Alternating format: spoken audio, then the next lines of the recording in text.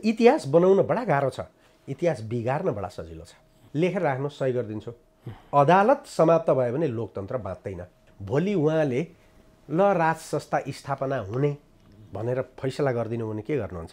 किर्नाले खाएर दुब्लो भएको गाई, साला यो गाई दुब्लो भयो भनेर किर्नालाई गाली गर्ने होइन, हामी गाईलाई नै घोचिरहेछौँ। देश जोगाउने हो कि देश बिगार्ने हो? हामीले मास्टर हुँ, म वकालत गर्दिनँ पैसा लिएर, केही मुद्दा बहस गर्छु म।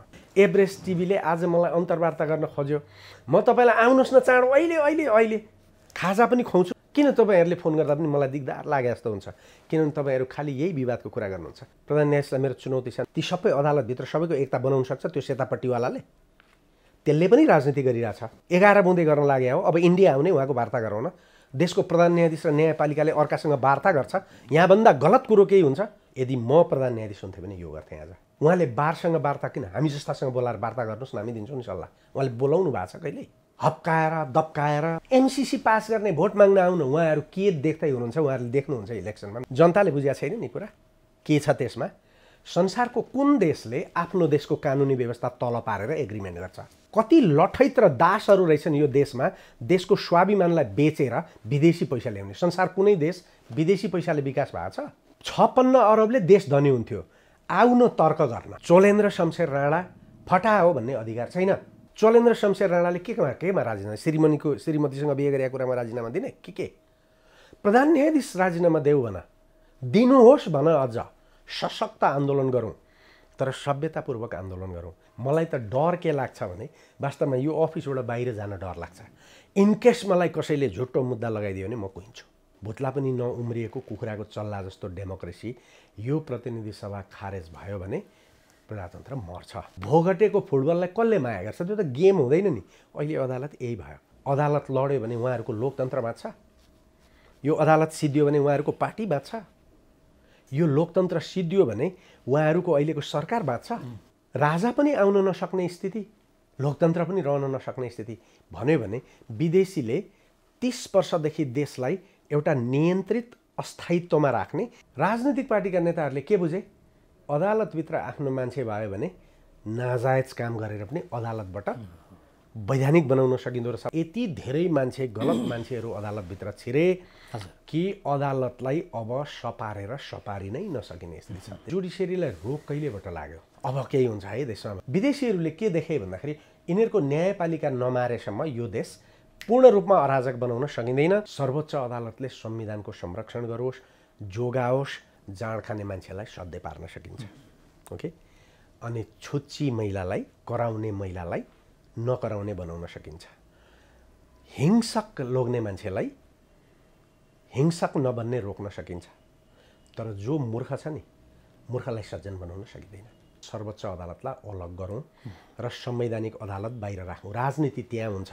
सर्वोच्च अदालतले आम गरिब जनताका, सामाजिक न्यायका, अन्य मानव अधिकारका, मौलिक हकका, गलत कानुनहरू बनेका कुराहरूको व्याख्या सही ढङ्गले गरिरहन्छ। राजनीति छिर्दैन। ठुला मुद्दा पैसा बेगर छिनिन छोडे। यो कार्यपालिका भनेको चिल हो, यो के अरे जनता भनेका चल्ला हुन्, अनि राज्य भनेको चाहिँ, अदालत भनेको चाहिँ पोथी हो। जुन देश हाम्रो पाटनको दरबार भैँचालोले लडाएर रिनोभेट गर्दा भर्खर बन्दै थियो, अमेरिका, त्यो देशमा जाँदा तिमीलाई गौरव हुन्छ?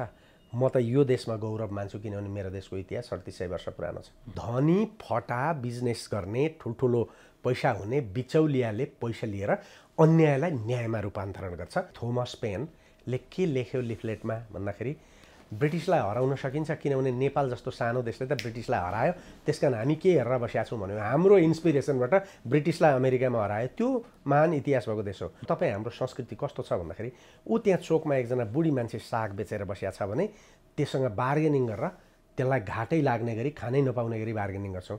रिक्सामा चढ्यौँ भने त्यो बिचरा रगत सुकाएर रिक्सा चलाउनेलाई 5 रुपियाँ बढी होइन 10 रुपियाँ कम गर्छौँ।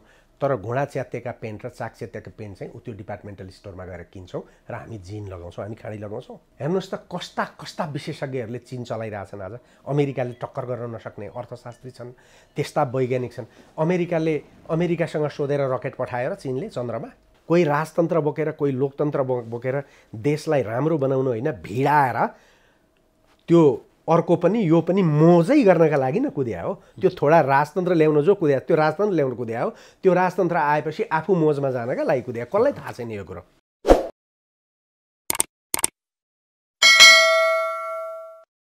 डाक्टर साहब यहाँलाई स्वागत छ। नमस्कार, धन्यवाद। डाक्टर साहब आराम हुनुहुन्छ? एकदम बिल्कुल आराम छु। डाक्टर साहब, विषयवस्तुको उठान यही अदालतमा देखिएको, पछिल्ला दिनमा देखिएको समस्याबाट सुरुवात गरौँ। कसैले चाहिँ न्यायाधीश नियुक्तिको कारणले भन्छन्, कसैले त्यहाँभित्र चाहिँ यो पैसा लेनदेन लगायतका कुराहरू नमिलेको भन्छन्। व्यक्ति पछि आफ्नो धारणा छ। हजुर यही क्षेत्रको दिग्गज व्यक्तित्व हुनुहुन्छ, खास अहिले अदालतमा देखिएको विवाद के हो डाक्टर साहब? वैज्ञानिक ढङ्गबाट हेर्नुपर्छ सबै कुरालाई। मलाई के मनपर्छ, मलाई के लाग्छ, त्यो राम्रो कुरो होइन। मलाई लागेको कुरा हुने भए त टुकुचाको पानी दुध हो भनेर लाग्दिन्थ्यो नि मलाई। मलाई लाग्दा टुकुचाको पानी दुध हुन्छ र? हुँदैन। त्यस कारण वैज्ञानिक ढङ्गबाट हेर्नुपर्छ भन्छु म। वैज्ञानिक ढङ्गबाट यदि हामीले अहिलेको समस्यालाई विश्लेषण गर्ने हो भने एउटा सही कुरो के हो भने मान्छे मर्नुभन्दा अगाडि, रोग लाग्नुभन्दा अगाडि लामो समयबाट रोग लागेको छ। मान्छे मर्ने कुरो अचम्म होइन, अचम्म चाहिँ त्यो पहिला रोग लाग्ने कुरा हो। त्यो जुडिसियरीलाई रोग कहिलेबाट लाग्यो? हेर्नुहोस्, तपाईँलाई म अलिकति धेरै मानिसहरूले हेर्ने र बुझ्ने भएको हुनाले यो कुरो बताइदिनुपर्छ। पहिलो कुरो, नेपालको जुडिसियरीमा रोग कहिले लाग्यो भन्दाखेरि 2047 सालको संविधान आएपछि। त्यति बेला सर्वोच्च अदालतका कतिपय न्यायाधीशहरूलाई पुनर्नियुक्ति गरिएन, सबैलाई संविधानबाट बाहिर ल्याइयो। ओके, क्षेत्रीय अदालतमा, पुनरावेदन अदालतमा, त्यति बेला क्षेत्रीय अदालत भन्ने पनि थियो। अनि कतिपय न्यायाधीशहरू चाहिँ पुनर्नियुक्ति भए, तर कतिपय न्यायाधीशहरू सर्वोच्चमा काम गरिरहेका थिए, तर उनीहरूलाई पुनर्नियुक्ति गरिएन। पुनर्नियुक्ति गर्नै पर्छ भन्ने थिएन, तर उनीहरूलाई पुनर्नियुक्ति किन नगरिएको थियो भन्ने कुराको कारण दिनुपर्थ्यो। एक, त्यहाँबाट यो गल्ती सुरु हो। त्यति बेलाको संविधानले एकदम राम्रो न्यायपालिका बनायो, जजहरू राम्रा नियुक्ति भए, हाइकोर्टमा पनि राम्रो भए। भनेको मतलब त्यति बेला क्षेत्रीय अदालतमा पनि राम्रा न्यायाधीश नियुक्ति भए, सर्वोच्चमा पनि राम्रा नियुक्ति भए। तर केही न्यायाधीश राम्रा थिए कि थिएनन्, उनीहरूको बारेमा केही नभनिकन हटाइयो। मानिसमा एउटा शङ्का पैदा भयो, या कहीँनेरिबाट केही न केही खेल चाहिँ भयो है भन्ने कुरो त्यहाँनेरिबाट आयो। जस्तो धनेन्द्र बहादुर सिंहलाई नियुक्ति गरिएन, प्रचण्डराज अनिललाई नियुक्त गरिएन। हो, उनीहरूले पञ्चायतको पक्षमा धेरै समर्थन गरे, तर यसै भनेर उनीहरूलाई नियुक्त नगरिदिए भए हुन्थ्यो नि कि उनीहरूले हिजो पञ्चायतमा बस्दाखेरि धेरै गलत कुराहरू गर्नुभयो, त्यस कारण उहाँलाई लोकतन्त्रमा हामीले ल्याएनौँ भनिदिए भए मान्छेले के गर्थ्यो? यस कारणले नगरेर छ भनेर भन्थ्यो। अब त्यो एउटा कारण थियो, त्योसँगै जोडिएर अर्को कारण आयो। त्यो कारण के थियो भने थुप्रै मान्छेहरू सर्वोच्च अदालतमा नियुक्त भए, तर तल हाइकोर्टमा भनेको मतलब क्षेत्रीय अदालतमा सिनियर भएका मान्छेलाई जुनियर बनाएर ल्याइयो, तल जुनियर भएका मान्छेलाई माथि सिनियर बनाइयो। कृष्णजङ रायमाझी, लक्ष्मण प्रसाद उपाध्याय जस्ता न्यायाधीशहरू पनि त्यहाँ आए। उनीहरू नेपालको न्यायिक इतिहासका आदर्श व्यक्ति भनेर सबैले मान्छन्। किन भन्दाखेरि जानी त्यो किन गरियो भन्दाखेरि त्यो सिनियर बनायो भने कृष्णजङ रायमाझी र लक्ष्मण प्रसाद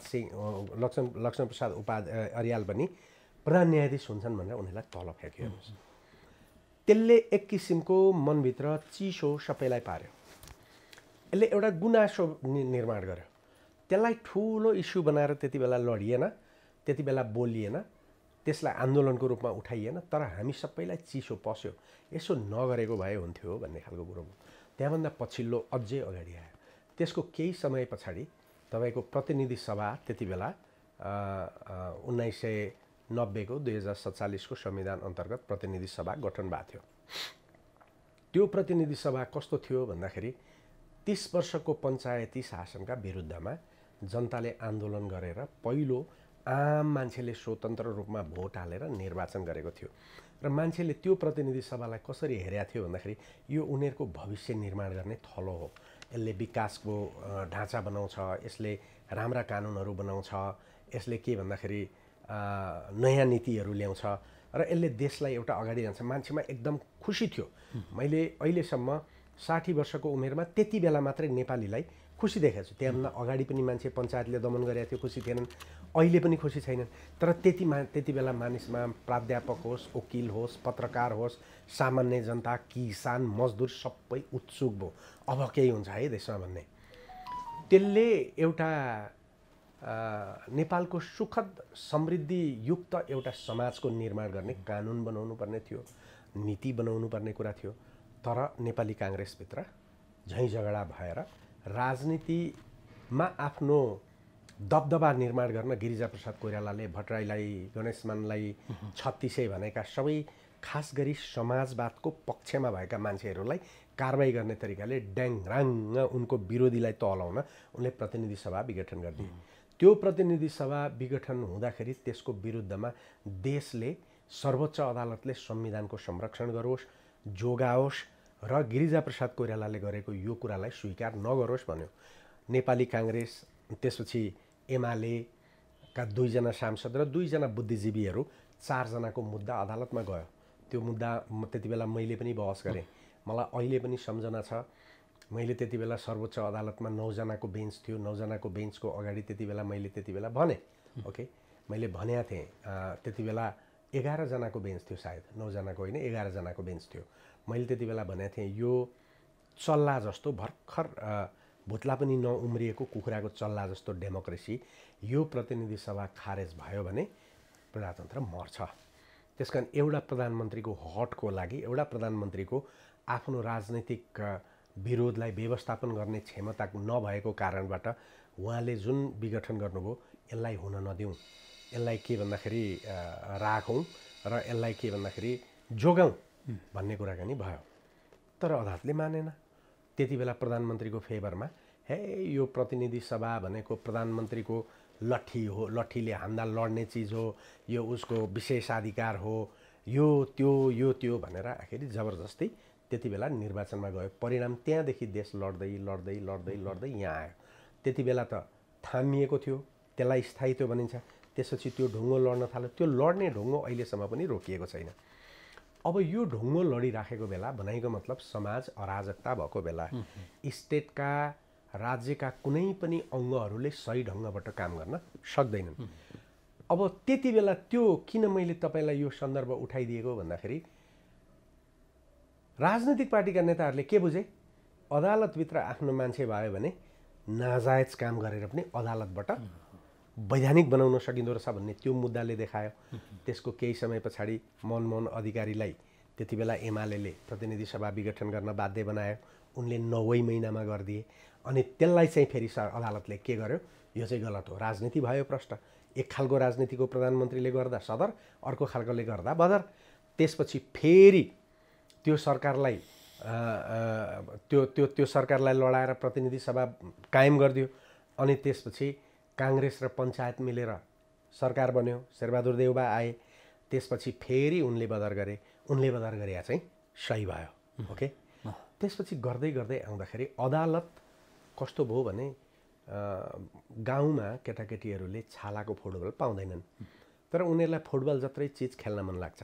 कसैले झुम्राको बनाएर खेल्छन्, कसैले चाहिँ आफ्नो बारीमा ठुलो भोगटे छ भने त्यो भोगटे टिप्छन्।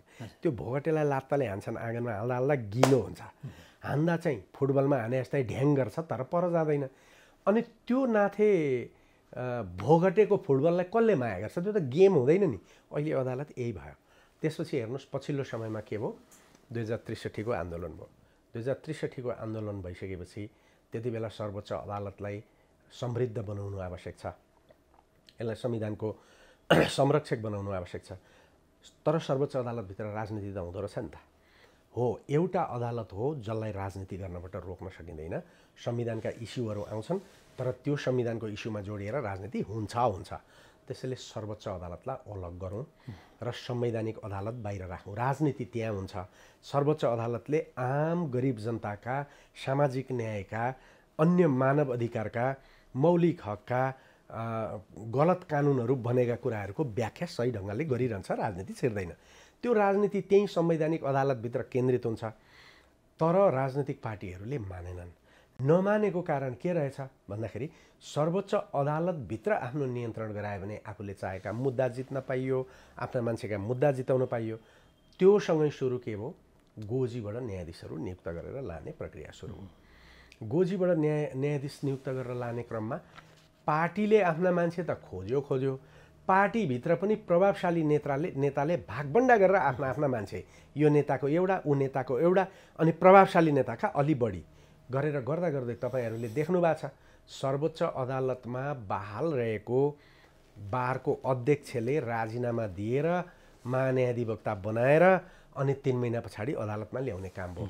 त्यो पनि कसरी ल्याइयो भनेर भन्दाखेरि आफूभन्दा सिनियर धेरै पहिला लोकसेवा पास गरेर आएर क्यारियर न्यायाधीश भएर ल क्याम्पसमा पढ्दाखेरि पनि आफूभन्दा जुनियरहरू, आफूभन्दा सिनियर वरिष्ठहरू, 3 वर्ष 4 वर्ष वरिष्ठ दाजुहरूभन्दा माथि भाइलाई राखेर उसलाई चाहिँ प्रधान न्यायाधीश हुन सक्ने, उनीहरूलाई प्रधान न्यायाधीश हुन नदिने, जिन्दगीभर पढेर त्यहाँ अदालतमा न्याय गरे त संस्थाको नेतृत्व पनि एक दिन गर्न पाऊँ भन्ने आशा थियो होला नि त।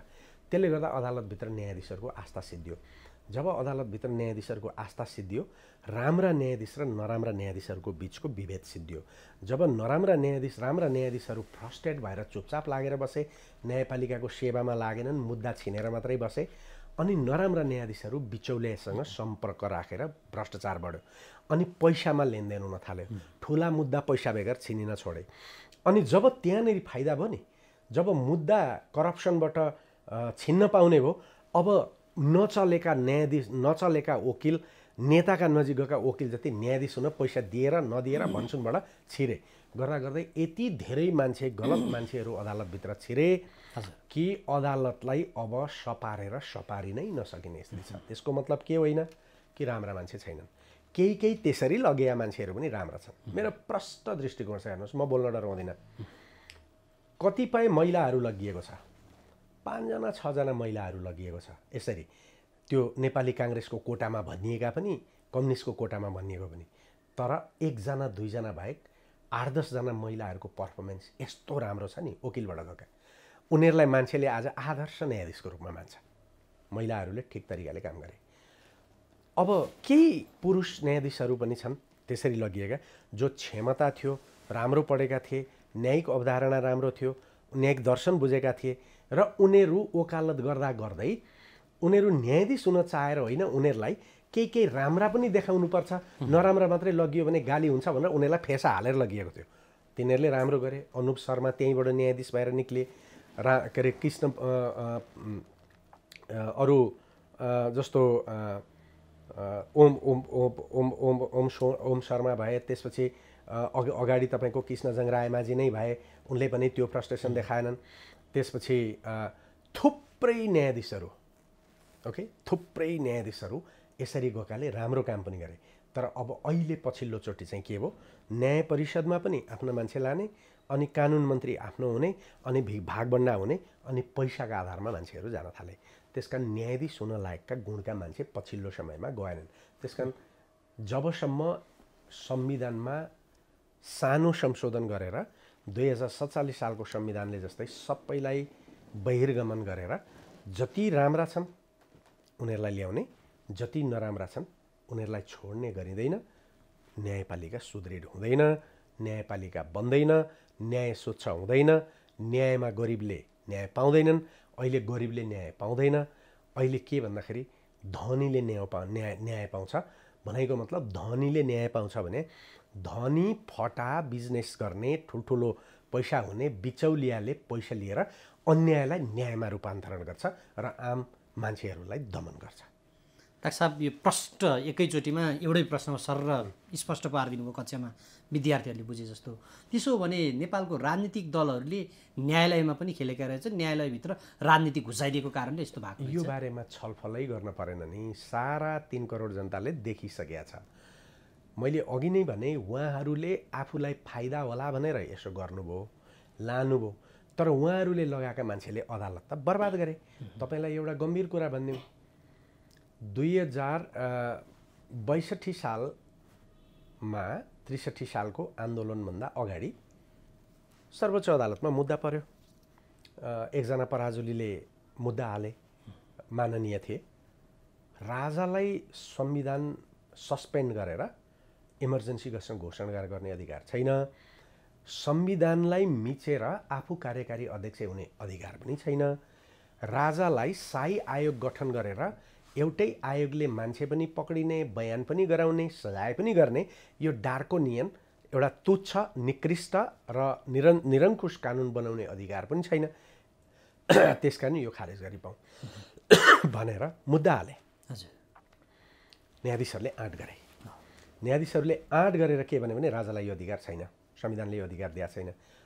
त्यही फैसलाका आधारमा आन्दोलन भयो, त्यही फैसलाका आधारमा माओवादीसँग कुराकानी भयो, त्यही फैसला पछाडि देश निरङ्कुशताका विरुद्ध बोल्यो र जेलमा थुनिएका मान्छेहरू बाहिर आउन पाए र आज राजनैतिक पार्टीका नेताहरू बाहिर ठुल्ठुला गफ गरेर हिँडेका छन्। यदि त्यस्तो अदालत रह्यो भनेदेखि त कुन दिन गम्भीर समस्या आउँदा पनि उकास्ने रहेछ नि त। अब अहिलेको अदालतले त्यो गर्छ, अनि यो अदालतले चाहिँ त्यसको विरुद्ध चाहिँ फैसला गरिदियो भने त्यसको विरुद्ध यी राजनैतिक पार्टीका नेता फटाउन्, यिनीहरू भ्रष्ट हुन्, इमर्जेन्सी लगाउनुहुन्छ, यिनीहरूलाई थुन्न हुन्छ भनेर फैसला गरिदियो भने उहाँ कहाँ जानुहुन्छ? हेर्नुहोस्, आफ्नो घरको छानामा आगो लगाएर कुनै नेताले ठान्छ म कोठाभित्र सुरक्षित सुतिराखेको छु, यहाँभन्दा ठुलो स्टुपिडिटी केही पनि हुँदैन। अङ्ग्रेजीमा एउटा भनाइ छ, जाँड खाने मान्छेलाई सधैँ पार्न सकिन्छ। ओके, अनि छुच्ची महिलालाई, कराउने महिलालाई नकराउने बनाउन सकिन्छ। हिंसक लोग्ने मान्छेलाई हिंसक नबन्ने रोक्न सकिन्छ। तर जो मूर्ख छ नि, मूर्खलाई सज्जन बनाउन सकिँदैन। उहाँहरू मूर्खता गर्दै हुनुहुन्छ। यदि यो अदालत लड्यो भने उहाँहरूको लोकतन्त्र बाँच्छ, यो अदालत सिद्धियो भने उहाँहरूको पार्टी बाँच्छ, यो लोकतन्त्र सिद्धियो भने उहाँहरूको अहिलेको सरकार बाँच्छ, त्यसपछि उहाँहरूले शासन गर्नुहुन्छ, त्यसपछि उहाँहरूले त बुढेसकालमा जेलमा बस्नुपर्ने आउने स्थिति आउन सक्छ। त्यसकारण म पटक पटक के भनिरहेको छु भने, मैले अस्ति त्यहाँ पनि उपस्थित भएर भने, तपाईँहरूले सुन्नुभयो होला, मुर्दाबाद भन्ने नारा नलगाऊ। अहिलेसम्म चोलेन्द्र शमशेर जङ्गबहादुर राणा प्रधान न्यायाधीशको कुर्सीमा छ, चोर चकारी गाली नगर। चोलेन्द्र शमशेर राणा फटाओ भन्ने अधिकार छैन, प्रधान न्यायाधीश फटाओ भन्ने अधिकार छ।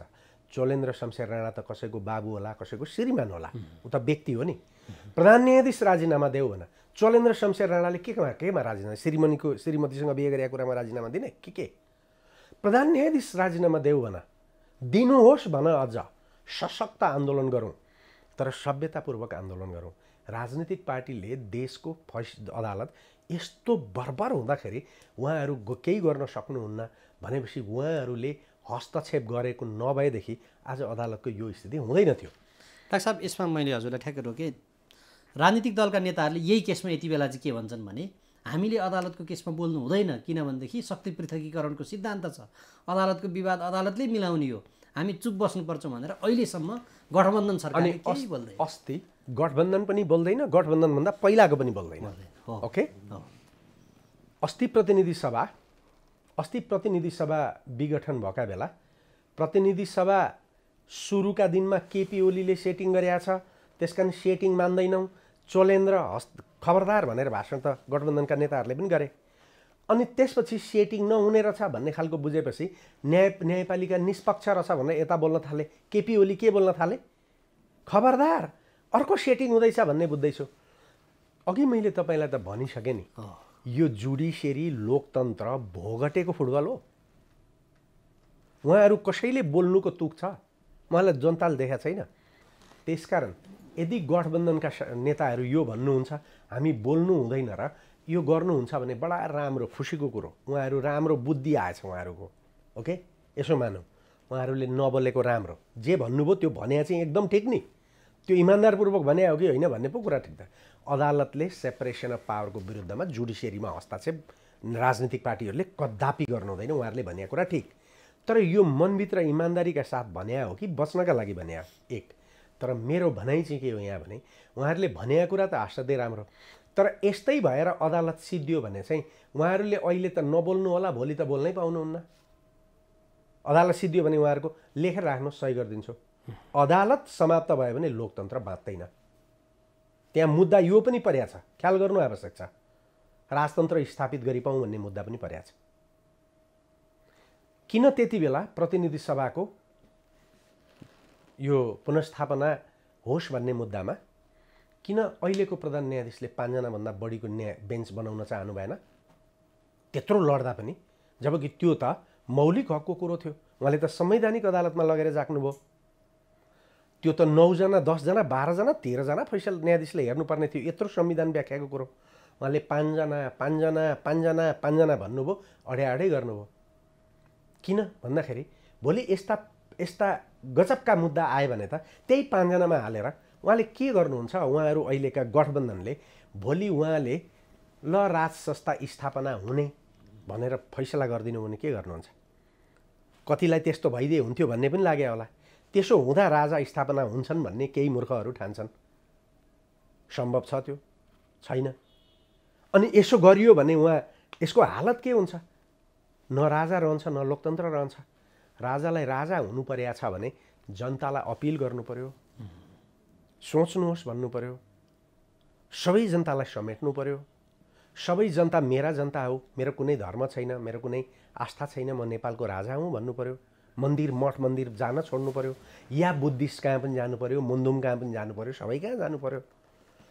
अनि अर्कातिर राजा पनि आउन नसक्ने स्थिति, लोकतन्त्र पनि रहन नसक्ने स्थिति भन्यो भने विदेशीले 30 वर्षदेखि देशलाई एउटा नियन्त्रित अस्थायित्वमा राख्ने र देशको इकोनोमिक विकास हुन नदिने, देशमा सामाजिक रूपान्तरण हुन नदिने, अनि तपाईँ हामीलाई डुकुलन्ठ्याङ बनाएर राख्ने, अनि पत्रकार देशमा चाहिँ जता छ गाईलाई सियोले घोचेर हिँड्ने, वकिल भालाले घोचेर हिँड्ने, अनि देशमा कुनै एउटालाई राजनीतिक पार्टीका नेतालाई खोइल्याउन पाउँदा वकिल खुसी, पत्रकार खुसी। हामी गरिरहेछौँ के? हामी कथित राजनीतिक कुनै लोकतन्त्र केहीका नाममा हामी देश त गाई त घोचिरहेछौँ नि। किर्नाले खाएर दुब्लो भएको गाई, साला यो गाई दुब्लो भयो भनेर किर्नालाई गाली गर्ने होइन, हामी गाईलाई नै घोचिरहेछौँ र गाईका थुन तानिरहेछौँ रगत आउन्जेल। भनेपछि देश जोगाउने हो कि देश बिगार्ने हो हामीले? त्यसमा त यो किर्नाले घोच्नेमा त राजनीतिक दलहरू नै लागे होइन लाग्छ। किनभने न्यायाधीशहरू पटक पटक, खास गरी प्रधान न्यायाधीश योभन्दा अगाडिका पटक पटक जो प्रधान न्यायाधीश आए, चाहे सुशीला कार्कीदेखि हेरौँ गोपाल पराजुली, त्यहाँ हरेक प्रधान न्यायाधीश विवादमा आए। अहिलेका प्रधान न्यायाधीश चाहिँ पात्र हुन् कि प्रवृत्ति हो त राख्छ? त्योभन्दा पहिला तपाईँलाई एउटा कुरा भनौँ, हो यो गरेछन् राजनीतिक पार्टीले होइन, ती किर्ना टिपेर हामीले गाईलाई पिना खुवाउन थाल्ने हो कि यी साले किर्नाहरूलाई भनेर किर्ना मार्ने नाउँमा तातो फलाम तताउँदै किर्नामाथि राखेर गाईको छाला डढाउने हो? तपाईँ हामी के गरिरहेछौँ? यी राजनीतिक पार्टीका मान्छे किर्ना हुन्, अनि हामी आगोमा फलामको त्यो खुर्पा तताउँदै ला किर्ना भन्दै कानमा खुर्पा हाल्दैछौँ। डढ्न त किर्ना मात्रै डढ्दैन नि, डढ्छ को? गाईको छाला, अनि गाई त मर्छ। त्यस कारण मैले त सोल्युसन निकालिदिएको छु नि। मैले एकदम राम्रो सोल्युसन निकालेको छु। मैले के भनेको छु भने जति मानिसहरू नियुक्त हुनुभयो त्यसरी तपाईँहरूको बारेमा प्रश्न उठ्यो।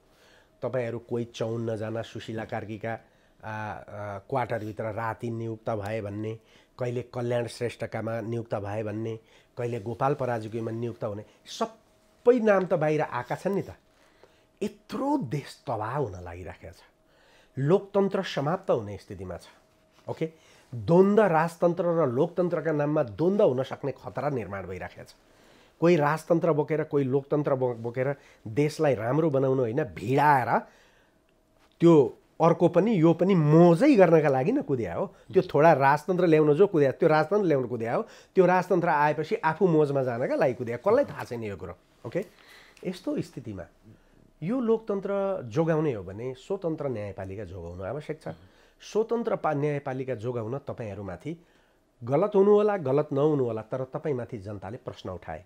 यो देश त जनताको हो नि। त्यसकारण तपाईँहरू सबै एकपल्ट जति त्यसरी नियुक्त हुनुभएको थियो राजीनामा दिइदिनुहोस् न।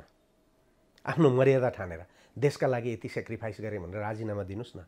सबै त्यसरी नियुक्त भएका न्यायाधीशले नियुक्त गरिदिने हो भने अनि त्यसपछि त फेरि राम्रो आउला नि त।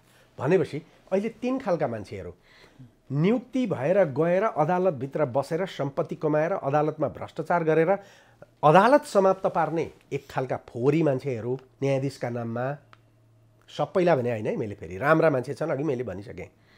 एक खालका मान्छे ती न्यायाधीश कायम राखेर घुस बुझाएर फैसला गराएर गरिबका विरुद्ध धनी मुद्दा जिताउने एक खालका बिचौलियाहरू, अनि एक खालका मान्छे त्यो सबै हुँदाखेरि राजनीति हाम्रो ठाउँ हो, अदालत उसको ठाउँ हो, हामीले केही गर्न मिल्दैन।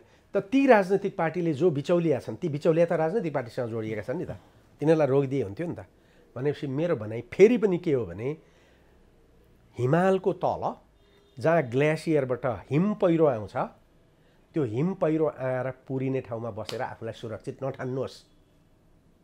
त्यसकारण म मास्टर हुँ, म वकालत गर्दिनँ पैसा लिएर, केही मुद्दा बहस गर्छु। म महाधिवक्ता भएर आउँदैदेखि बहस गर्दिनँ सरकारको विरुद्धमा भनेर त्यहाँ छोडेँ। मेरामा विद्यार्थी पढ्छन्, उनीहरूका कसैका न्यायाधीश होलान् बाबु, कोही वकिल होलान्, कोही पक्ष विपक्ष होला। मैले बहस गरेँ भने त्यो न्यायाधीशले मेरो छोरी यहाँ पढ्छ भनेर मुद्दा जिताउला भनेर म बहस गर्दिनँ। म तलब खाएर बस्छु, कलेजको तलबले पालिएर बस्छु। म आखिरी सेक्रिफाइस गर्दा त इज्जत त हुँदो रहेछ नि। तपाईँले मलाई गाली गरेर लेख्ने आड गर्नुहुन्छ पत्रकार भएर? लु भन्नुहोस् त, मैले के गरेको छ? ग्राउन्ड रियालिटी नभए मिलेन। तर डाक्टर साहब यहाँ त अब अहिलेसम्मको हाम्रो कुरामा त यहाँ त ल्याइदो रहेछ नि त मान्छे। जसले ल्यायो त्यसले त फेरि नछोड भन्ला नि त फेरि त्यस्तो हुन्छ। त्यही त त्यस मान्छेले इमान्दार हुन सक्नु पर्यो नि त। कसको दास हुने? न्यायाधीश हुने, म न्यायाधीश हुन्छु भन्ने मान्छेले अर्काको दास हुनुहुन्छ? त्यसकारण प्रश्न अब कहाँ जाँदैछ भने प्रधान न्यायाधीश तपाईँ राजीनामा दिएर एकपल्ट बाटो खोलिदिनुहोस् भन्यो। उहाँ जबरजस्ती बसिरहनु भएको छ। म चोलेन्द्रलाई गाली गर्दिनँ, ओके। प्रधान न्यायाधीशले मर्यादाका आधारमा, मैले त अस्ति प्रश्न भने नि, तपाईँमाथि अन्याय भएको पनि हुनसक्छ, नभएको पनि हुनसक्छ, आई डोन्ट नो, मलाई थाहा छैन।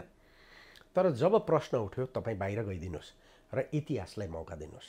यदि तपाईँमाथि अन्याय भएको रहेछ भने जसले अन्याय गरे इतिहासले भोलि त्यसलाई दमन गर्छ, तपाईँलाई भोलि इतिहासले लेख्छ। तपाईँलाई म एउटा कथा सुनाइदिन्छु। इन्दिरा गान्धीको इमर्जेन्सी थियो।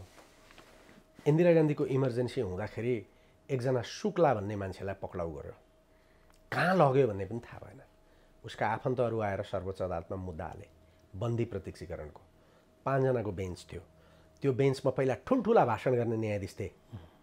स्वतन्त्रता भनेको मान्छेको प्राण हो भनेर गफ गर्नेहरू थिए। 5 जनाको बेन्चमा 4 जनाले के भने भन्दाखेरि यो इमर्जेन्सीको समयमा मानव मौलिक हक लागू हुँदैन, बन्दी प्रत्यक्षीकरण पनि अदालतले जारी गर्न सक्दैन भने। एकजना न्यायाधीश थिए HR खन्ना भन्ने। उनले के भने संविधानले दिए मौलिक हक हो र यो त मान्छे भएर जन्मिएर आएको मौलिक हक हो यो। त्यसकारण म तपाईँहरू 4 जनासँग मतविरोध राख्छु, यो मान्छेलाई छोड्नुपर्छ। यदि यस्तो भयो भने देश निरङ्कुश हुन्छ भने। त्यसको ठिक 4 महिना पछाडि उनी प्रधान न्यायाधीश हुने थिए। कसैले आँट गर्ला? प्रधान न्यायाधीश हुने मान्छेले यो फैसला लेख्यो। त्यसको 4 महिना पछाडि HM बेग भन्ने उनीभन्दा जुनियरलाई प्रधान न्यायाधीश बनायो र उनलाई प्रधान न्यायाधीश बनाएन त्यति बेलाको सरकारले, इन्दिरा गान्धीको सरकारले, र उनले भोलिपल्ट राजीनामा दिए। 2 खालका न्यायाधीश हुन्छन्। एक खालका न्यायाधीश केही बन्न चाहने हुन्छन्, एक खालका न्यायाधीश केही गर्न चाहने हुन्छन्। अहिले यो देश बन्न चाहने न्यायाधीशहरूको बोलाबाला भएको कारणले हो। चलेन्द्र शमशेर जङ्गबहादुर राणा प्रधान न्यायाधीश पनि बन्न चाहने, अरू पनि बन्न चाहने, नियुक्त भएका पनि बन्न चाहने। तर गर्न चाहने त हिजो थिए नि हाम्रोमा। हिजो कृष्णजङ राय माझी जस्ता थिए, गर्न चाहने हरिप्रसाद प्रधान जस्ता थिए, हिजो भगवती प्रसाद सिंह जस्ता थिए। उनीहरूले के भने भन्दाखेरि यो कार्यपालिका भनेको चिल हो, यो के अरे जनता भनेका चल्ला हुन्, अनि राज्य भनेको चाहिँ अदालत भनेको चाहिँ पोथी हो। जब चिलले चल्लालाई आउँछ, पोथीले के गर्छ? पखेटा फिजारेर भित्र राखेर बचाउँछ। त्यसकारण अदालत जनताको हो। जनताले सारा अधिकार राज्यलाई दिएर अदालत आफ्नो पक्षमा राखेर बसेका छन्। आज त्यही अदालतले उहाँहरूले न्याय गर्छ भनेर विश्वास गर्छ? तपाईँ गर्नुहुन्छ? तपाईँलाई कुनै कसैले अन्यायपूर्ण त्यो मुद्दा लगायो, फसायो भने तपाईँ यो अदालतले प्रमाण बुझेर निर्णय गर्ला भन्ने ठान्नुहुन्छ? म त ठान्दिनँ, तपाईँ ठान्नुहुन्छ भने पनि। मलाई त डर के लाग्छ भने वास्तवमा यो अफिसबाट बाहिर जान डर लाग्छ। इनकेस मलाई कसैले झुटो मुद्दा लगाइदियो भने म कुहिन्छु। म वकिल भएर यति डराएको छु। सामान्य जनता के भन्छ? यति गए गुज्रेको भइसकेको छ न्याय प्रणाली। मैले भने नि, सबै बन्न चाहने न्यायाधीश भइसकेपछि के हुन्छ? कोही मान्छे गलत र खराब हुनै पर्दैन त्यो प्रणालीमा। बन्न चाहनेले त आफू पपुलर के गर्दा बन्छु तब न गर्छ। यो मुद्दा जिताउँदा पपुलर भए जिताउँछ, हराउँदा पपुलर भए हराउँछ। अहिले तपाईँको कस्तो छ भन्दाखेरि गरिबहरूका थुनुवाका मुद्दा आयो भने सबै थुनिदिन्छन्, थुन्दा पपुलर हुन्छ। अहिले कयौँ मान्छे जेलभित्र निर्दोष मान्छेहरू फसेका छन्। त्यो गरिब कसले हेर्ने, कसले गर्ने? त्यसको लागि मान्छेको 2 वर्षको कैद भएको छ, हुन्छ सजाय हुँदा 2 वर्ष नागिसकेका छ, जेलमा छ, उसको मुद्दाको पालो कहिले पनि आउँदैन। ऊ 2.5 वर्ष भइसक्यो जेलमा छ। अब उसको मुद्दा त उसको त सिद्धियो नि। जुन दिन फैसला हुन्छ त्यस दिन त निक्लिने भयो। तर 9 महिना ज्यादा अदालत जेलमा किन बस्यो त्यो मान्छे? कसले जवाब दिने? पत्रकारहरूले दिने कि वकिलले दिने हो यो जवाब? कसले दिने हो यो? हामी गैर जिम्मेवार बनिरहेछौँ। पत्रकार साथीहरू पनि तपाईँहरू पनि खालि यही कुरो विवाद उठाएर हिँडेर हेर्नुहोस् त कति थिए त्यस्ता मान्छे। तिनीहरूको कुरो समाजमा ल्याइदिनुहोस् न, सामाजिक न्यायको कुरो। तपाईँलाई ताली बजाएर आउँथे नि, ओहो एभरेस्ट टिभीले आज मलाई अन्तर्वार्ता गर्न खोज्यो, म तपाईँलाई आउनुहोस् न चाँडो, अहिले अहिले अहिले खाजा पनि खुवाउँछु भन्थे नि। किन तपाईँहरूले फोन गर्दा पनि मलाई दिगदार लागे जस्तो हुन्छ? किनभने तपाईँहरू खालि यही विवादको कुरा गर्नुहुन्छ। हजारौँ मान्छे सडेको छ जेलभित्र जो अन्यायमा छ, जसको जग्गा लुटिएको छ, त्यो घरविहीन भएको छ, जो लुटेको छ ऊ प्लटिङ गरेर घर बनाइराखेको छ। अन्याय सानो छ अहिले देशभित्र, अन्याय थोरै छ। तपाईँको मुद्दा पैसा दिएर माथि पुर्याइन्छ। हेर्नुहोस्, पैसा हुनेले मुद्दा जित्छ, यो कसलाई थाहा छैन। अब त्यसकारण उहाँले पैसा खाएर यस्तो भयो वा उहाँले नियन्त्रण गरेर यस्तो भयो म जान्दिनँ प्रधान न्यायाधीशले। तर म के भनिरहेको छु भने तपाईँले पैसा खाएर यस्तो भयो वा तपाईँले अरू न्यायाधीश खान्छन्, अरूलाई नियन्त्रण गर्न नसकेर यस्तो भयो। तर अदालत बिग्रियो, एकपल्ट तपाईँ छोडिदिनुहोस्। डाक्टर साहब कतिपयले यहाँ के भन्छन् भने होइन उहाँले छोड्नु हुँदैन, सडकबाट राजीनामा आएको भरमा छोड्नु हुँदैन भन्ने कुरा आएको छ। डाक्टर साहबले होइन नैतिकताको आधार देखाएर पनि छोड्नुहोस् भन्नुभएको छ।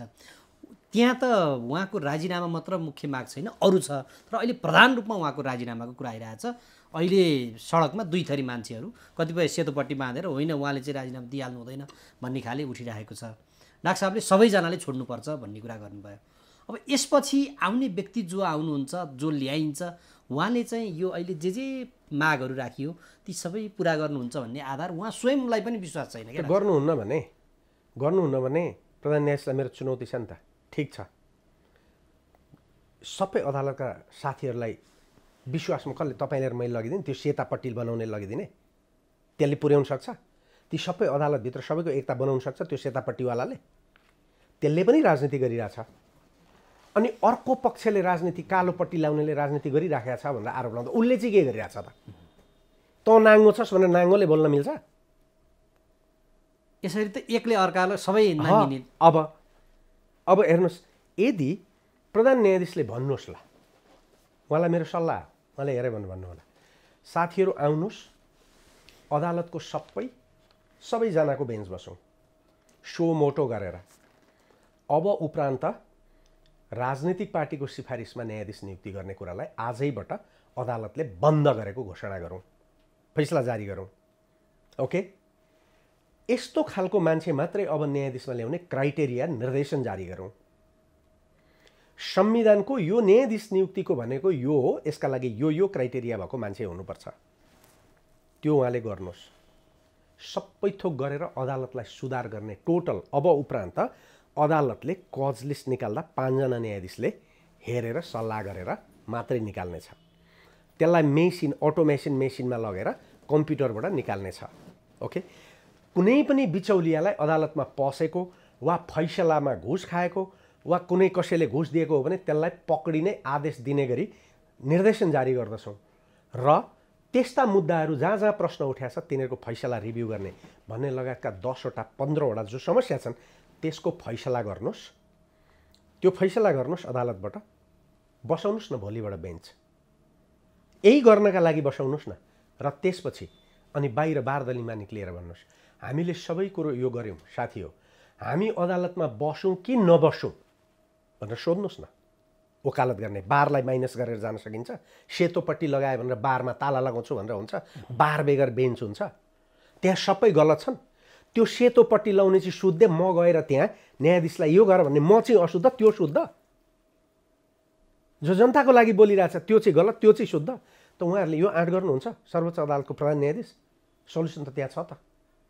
उहाँले जो विरोधी भनेर बसेका छन् तिनीहरूलाई ल आउनुहोस् सो मोटो गरौँ र फैसला जारी गरौँ। संसारमा भएको छ यस्तो, त्यो गर्न तयार हुनुहुन्छ भने गर्नुहोस् न। उहाँले 5 दिन ल अनि भन्नुहोस् न 5 दिनमा हामी तपाईँहरू आएर बहस गरिदिनुहोस् के गर्ने हो, हामी सुन्छौँ र फैसला गर्छौँ, हामी जारी गर्छौँ निर्देशन भनेपछि म बहस गर्न जान्न, तिमी आफै गर भन्न मिल्छ मैले? यो हो, अब यस्तो हुनुपर्छ, बिचौला रोप्ने उपाय यो हो त भन्नुला नि हामी।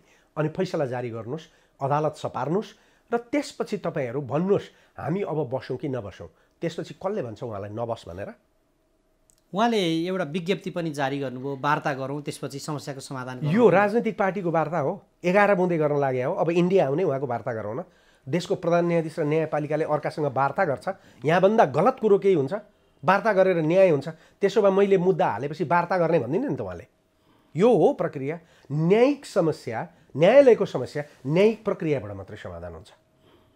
या त संवैधानिक प्रक्रियाबाट हुन्छ, या त संविधान प्रयोग हुन्छ, महाअभियोग हुन्छ, हट्छ, या त न्यायिक प्रक्रियाबाट हुन्छ, या स्वेच्छाले हुन्छ राजीनामाबाट। 3टा प्रक्रिया हुन्। यदि उहाँ राजीनामा दिनुहुन्न, राजनैतिक पार्टीहरू महाअभियोगमा जाँदैन भने उहाँसँगै छ नि त बल त आफ्नो हातमा, त उहाँले बेन्च राख्नुहोस् न त। उहाँले बेन्च राखेर अदालतमा भएका सम्पूर्ण गलत कुराहरूलाई आजबाट रोकिएको छ, यसो गर्नेमाथि कारबाही हुन्छ र अब अदालतले यसरी काम गर्छ, अब नियुक्ति न्याय परिषदले यसरी हुँदैन र सरकारलाई आदेश जारी गर्नु, संविधान संशोधन गर्न। यो न्याय परिषदको ढाँचाबाट सही न्यायाधीशहरू नियुक्ति नहुने भएको हुनाले अब उपरान्त प्रधानमन्त्रीले नियुक्त गरेको मान्छे कानुन मन्त्री बसेर न्यायाधीश नियुक्त गर्ने होइन, यो प्रणाली लागू गर्ने गरी संविधान संशोधन गर भनेर अदालतले निर्देशन दिएपछि संविधान संशोधन नगरेर हुन्छ? राजनीतिक पार्टीले संविधानको व्याख्या गर्ने अधिकार कसलाई छ? आफू केही नगर्ने अनि त्यसपछि बार्गेनिङ गर्ने। देशको प्रधान न्यायाधीशले या त मर्यादाका आधारमा राजीनामा दिनुपर्छ या अदालतभित्र बसेर लड्नुहुन्छ। उहाँ किन जानुभयो टेलिभिजनमा अन्तर्वार्ता दिन प्रधान न्यायाधीश भएर? मिल्छ? नैतिकतामा उभिन सिक्नुपर्छ हरेक व्यक्तिले। त्यसैले म उहाँको विरोधी पनि होइन, समर्थक पनि होइन। म उहाँलाई मात्रै देशको प्रधान न्यायाधीशको हैसियतले चिन्छु, अरू कारणले चिन्दिनँ। देशको प्रधान न्यायाधीशको हैसियतले मलाई उहाँको आलोचना गर्ने अधिकार छ, किनभने मेरो ट्याक्स खानु भएको छ उहाँले तलबमा। बाँकी उहाँको कुरा म व्यक्तिगत कुरा गर्दै गर्दिनँ। उहाँले कुन फैसला के गर्नुभयो भन्ने कुरो पनि म गर्दिनँ। गलत गरेको छ भने जाँच न, जाँचेर निकाल। तर तैँले घुस खाइ, तैँले घुस खाइनस् म भन्दिनँ। मसँग प्रमाण छ छैन, खाएको पनि प्रमाण छैन, नखाएको पनि प्रमाण छैन। त्यस कारण म त न्यायिक कुरा गर्नुपर्छ। वकिलले नै न्यायिक कुरा नगरेर पत्रकारहरूले इन्भेस्टिगेटिभ विश्लेषण नगर्ने भएपछि देश कसरी बाँच्छ? कसो देश रहन्छ? त्यस कारण मेरो मान्यता के हो भने देश रहेन हामी रहला। प्रश्न यही हो। अब त्यसो भने डाक्टर साहब, उहाँले अहिले राजीनामा पनि दिनुहुन्न, उहाँले यो अब वार्ताको जुन भनिहाल्नुभयो त्यो प्रक्रिया पनि मिल्दैन, नैतिकता पनि देखाउनु भएन। अब तपाईँले भन्नुभयो जस्तै त्यो आह्वान गर्नका लागि अरू न्यायाधीशहरू तयार हुने र उहाँ स्वयंले यसो गरौँ, यसरी निकास निकालौँ भन्ने मेथड, त्यो विधि के हुनसक्छ? त्यो उहाँबाटै हुन्छ अथवा अहिले बार बेन्च मिलेर मात्रै हुन्छ? न्यायपालिका, सर्वोच्च अदालतभित्रका न्यायपालिकाका न्यायाधीशहरूले यसो गर्नुहोस्, बेन्च यसरी बसाउनुहोस्, न्यायपालिकाभित्रका प्रतिवेदनहरू छन्, न्यायाधीशका प्रतिवेदनहरू छन्, तिनै प्रतिवेदनलाई निवेदन मानेर सो मोटो भन्छ, आफै एक्टिभ हुने सो मोटो मानेर अदालतभित्रका समस्या समाधान गर्न बेन्च गठन गरौँ भनेर उनीहरूले पनि माग गर्न सक्छन्, उनले आह्वान गर्न पनि सक्छन्। त्यसैले त्यो सबैको जिम्मेवारी हो। यताकाले पनि भने हुन्छ, उताकाले पनि भने हुन्छ, तर जिम्मेवारी को हो? लिडरको हो, प्रधान न्यायाधीश हो। त्यस कारण दायित्व उहाँमा छ। उनीहरूले भनेनन् मैले गरिनँ भन्न उहाँले पाउनुहुन्न। उहाँ चाहिँ दायित्वमा हुनुहुन्छ। उहाँले भन्दा मानेनन् भने म यो सबै कुरो गर्न थालेँ। त्यसैमा लेख्नुहोस् न, त्यसैमा लेख्नुहोस् उहाँहरू। मेरो त भनाइ के भने त्यो फैसला गर्नुहोस्, न्याय परिषदको ढाँचा परिवर्तन गर्न संविधानमा संशोधन गर भन्नुहोस्, बिचौलियाहरूमाथि कारबाही गर्नको लागि स्पेसल आयोग गठन गर्नुहोस् भन्नुहोस्, पहिला राजा वीरेन्द्रले गरे जस्तो आयोग गठन गर भन्नुहोस् सरकारलाई। खोजी बिचौलिया बाहिर दुलाबाट मुसा तान्या जस्तो बाहिर निकाल्ने आयोग गठन गर्न भन्नुहोस्, मान्छे कस्ता रहने त्यसमा भन्नुहोस्, सबै कुरा भन्नुहोस्। र इतिहास बनाउन चाहनुहुन्छ भने नि, इतिहास बनाउन चाहनुहुन्छ, तपाईँको इतिहास आउने पुस्तासम्म किताब लेख्ने र जर्नल लेख्नेले रिसर्च गर्ने बन्न चाहनुहुन्छ, चलेन्द्र शमशेर राणा, ओके, दीपक कार्की, हरिकृष्ण कार्की, को हुनुहुन्छ, उहाँहरू नाम लेखाउन चाहनुहुन्छ भने त्यही फैसलामा हाम्रो बारेमा, हामी न्यायाधीशहरूको बारेमा आम जनताले प्रश्न उठाएको हुनाले यो फैसलामा सही गरेपछि हामी स्वतः राजीनामा भएको मान्दै हामी अदालतबाट बाहिर जान्छौँ भन्नुहोस् त तपाईँको इतिहास के हुँदो रहेछ। यदि म प्रधान न्यायाधीश हुन्थेँ भने यो गर्थेँ आज। अहिले भएका 19 जनाले यो ल्याकत राख्छन् डाक्टर साहब? म कसरी भनौँ उनीहरूले ल्याकत राख्छन् कि राख्दैन, म राख्थेँ नि, म भएको भए। प्रधान न्यायाधीशले यो मामिलामा म यसरी लिड गर्छु भने उनीहरूले साथ देलान् करेन्ट सिनारियोमा। इतिहास लेखिन्छ नि त। म अहिले त्यही किताब लेखेर बसेको छु, त्यस कारण तपाईँहरूसँग पटक पटक यो के को इन्टरभ्यू भनिरहेको थिएँ। म HR खन्नाको इतिहास लेखिरहेको छु, म हरिप्रसाद प्रधानको इतिहास लेखिरहेको छु, म कृष्णजङ रायमाझीको इतिहास लेखिरहेको छु। संसारमा अनुपम न्यायाधीशहरू थिए, यहाँ मात्रै होइन, वारन बर्जर जस्ता न्यायाधीश हाम्रोमा पनि थिए भन्दैछु। अनि मैले उहाँहरूको बारेमा चाहिँ के लेखौँला नि भोलि? आउने पुस्ताले त पढ्छ नि, म त मास्टर हुँ नि, म त पढाउने हो नि, म त 500 विद्यार्थीलाई बताउँछु नि यो इतिहास। मेरा किताब त भोलि मान्छेले पढ्छन् नि त। उहाँहरू मर्नुहुन्छ, म मर्छु, तर मेरो किताबमा लेखेको इतिहास रहन्छ नि। उहाँहरूले यसो गर्नु भएन भने उहाँको इतिहास के लेखिन्छ? तपाईँले यो त मेट्नुहुन्न नि, अब यो त युट्युबमा बस्छ होला नि, मान्छेले त पछि पनि हेर्छन् होला नि त। अनि उहाँहरू के भन्नुहुन्छ नि त्यति बेला? त्यस कारण इतिहास बनाउन बडा गाह्रो छ, इतिहास बिगार्न बडा सजिलो छ। तर कहिले कहिले असल मान्छेले एक दिनमा इतिहास बनाउँछ। HR खन्नालाई इन्डियामा ब्रेभेस्ट जज भनिन्छ, सबैभन्दा बहादुर जज भनिन्छ। कृष्ण IR भन्ने अर्का न्यायाधीश थिए, उनलाई पनि त्यस्तै भनिन्छ। अनि एकजना अस्ट्रेलियन न्यायाधीशले उनीहरूको बारेमा के लेख्छ भन्दाखेरि दे वर द फाइनेस्ट जजेस इन द वर्ल्ड, संसारका फाइनेस्ट जजहरूमध्ये थिए। दे वर द ब्रेभेस्ट जज। उनीहरू बहादुर जज थिए। उनीहरूसँग पोलिटिकल इन्ट्रेस्ट थिएन, उनीहरूसँग सोसियल इन्ट्रेस्ट थियो।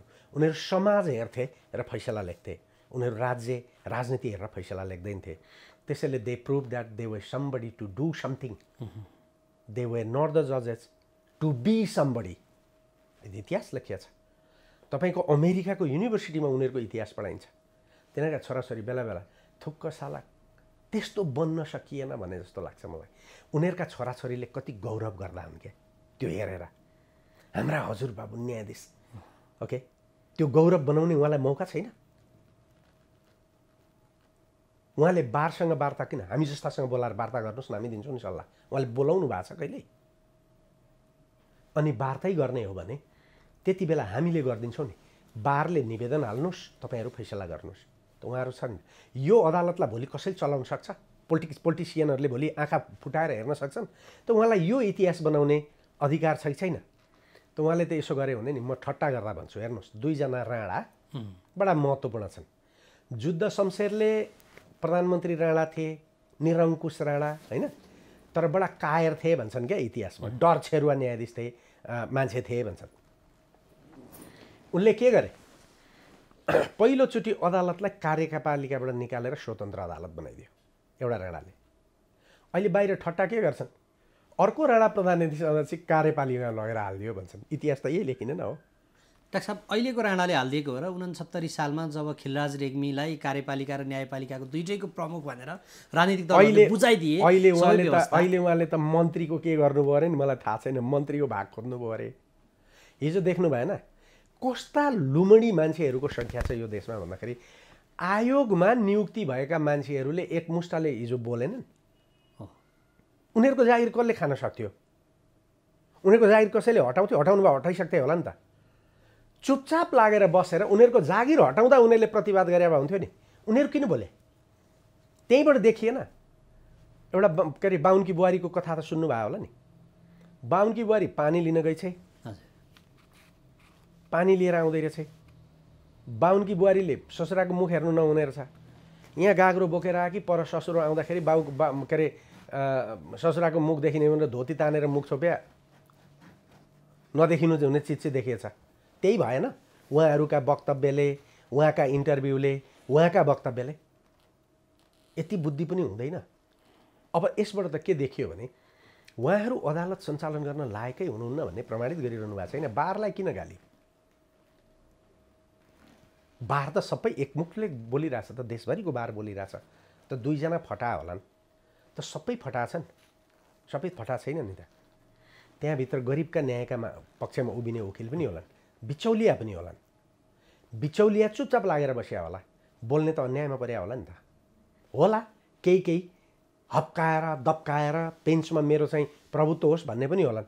त उनीहरू त छैन नि त अगाडि देखिएका त। अगाडि एकैपटक यो अत्यावश्यकीय सेवा ठप्प बनाएर आन्दोलनमा उत्रे जस्तो भयो भन्ने उहाँहरूमाथि नै एक किसिमको छ। कुरा त्यो होइन, यो उहाँहरूले बिल्कुल गलत बुझिरहनु भएको छ। 4 महिना अगाडिबाट न्यायिक शुद्धिकरण र